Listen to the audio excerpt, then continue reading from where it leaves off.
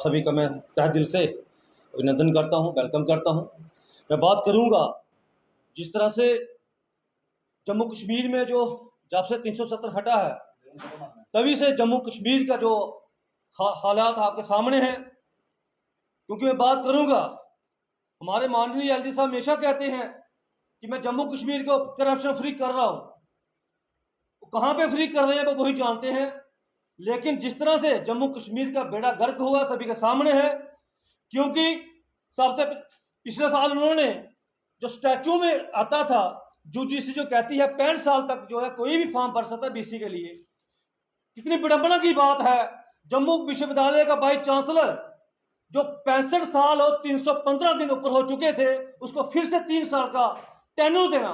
मैं पूछना चाहता हूं कहां पे करप्शन है, कौन करप्शन कर रहे हैं? बातें बड़ी बड़ी करनी, लोगों को गुमराह करना, सीधे तौर पर इतना बड़ा जो है ब्लंडर किया गया है। क्योंकि ऑलरेडी जहां पे कहा जाता है कि 65 साल पे फॉर्म भरो, लेकिन इस ऐसे इंसान को 65 साल दे दिए, उससे ऊपर आपने बीसी बना दिया और उसने जम्मू विश्वविद्यालय का बेड़ा गर्क कर दिया। आपको पता होना चाहिए हमारे नौजवान बच्चे जो पढ़ते थे डिपार्टमेंट ऑफ फिजिकल एजुकेशन, इतना महत्वपूर्ण डिपार्टमेंट, वो डिपार्टमेंट आज जो है वहां पे बीपीएड और एमपीएड की एडमिशन नहीं खुली है। जो आपको पता होना चाहिए कि जम्मू में हमारा बच्चा जो पढ़ता था, जो वहां पे फिजिकल एजुकेशन में पढ़कर स्कूलों में कॉलेजों में लगता था, इस बाई चांस की नाकामी के कारण और डायरेक्टर की नाकामी के कारण इस बार एडमिशन वहां पे नहीं खुली। क्यों नहीं खुली? क्योंकि जो एक पार्टी होती है जो इन जो टेक्निकल चीजों को मान्यता देती है वो है NCTE, national council of teaching education. उसने 2023 को कहा कि इस विश्वविद्यालय में ये त्रुटियां हैं, इन त्रुटियों को पूरा करो, उसके बाद हम क्या जो आपकी एफिलिएशन होगी आगे देंगे। कितनी विडंबना की बात है, वहां का जो डायरेक्टर था 2024 को जाके 24 नवंबर में जाके वो गलत इंफॉर्मेशन जो है सबमिट करता है। उन्होंने कहा कि जो वहां पे जो डायरेक्टर है वो परमानेंट होना चाहिए। उन्होंने कहा जो बच्चों की फीस है, क्योंकि कोई भी टेक्निकल जो ऐसी चीजों को फीस देनी पड़ती है, नियर अबाउट 15 लाख रुपया फीस थी। जो बच्चों से फीस ले रहे थे आपने वहां सबमिट क्यों नहीं की? गलती इनकी, भुगताना बच्चे कर रहे हैं। क्योंकि बच्चों की जो इस बार एडमिशन नहीं खुली, क्योंकि इस बार एनसीटी ने कह दिया जब तक आप ये चीजें फिलअप नहीं करोगे हम आपकी एडमिशन नहीं खोलेंगे। आज डेट हो चुकी है 29 सितंबर, उसके बावजूद एडमिशन ना खुलना, हमारे डोगरों के साथ अत्याचार हो रहा है। जो लोग बाहर के लोग कर रहे हैं, जो लोग कौन है मैं पहले ही कहता हूं, यूपी बिहार वालों का एक सोची सब्जी साजिश है। डोगरों के साथ उनका गलत दबाया जा रहा है।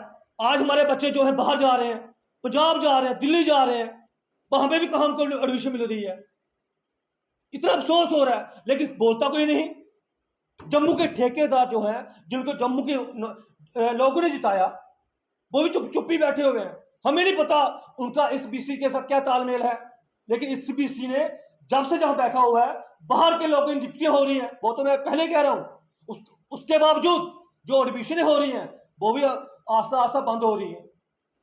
मेरा कहने का मतलब, और एक बात और करूंगा, इसी विभाग में 13 और 17 फरवरी 2023 को जो बुशु एक टूर्नामेंट है, ऑल इंडिया जो इंटर यूनिवर्सिटी जो टूर्नामेंट हुई मैन की, मैं आपके माध्यम से कहना चाहूंगा और बिजनेस जो विभाग है उसे कहूंगा कि वो छापा मारे इस दौरान में जो वहां पे टूर्नामेंट हुई जिसको होस्ट जम्मू विश्वविद्यालय कर रहा था, और उसमें ऐसे लोग खिलाए गए जो लोग एलिजिबल नहीं थे।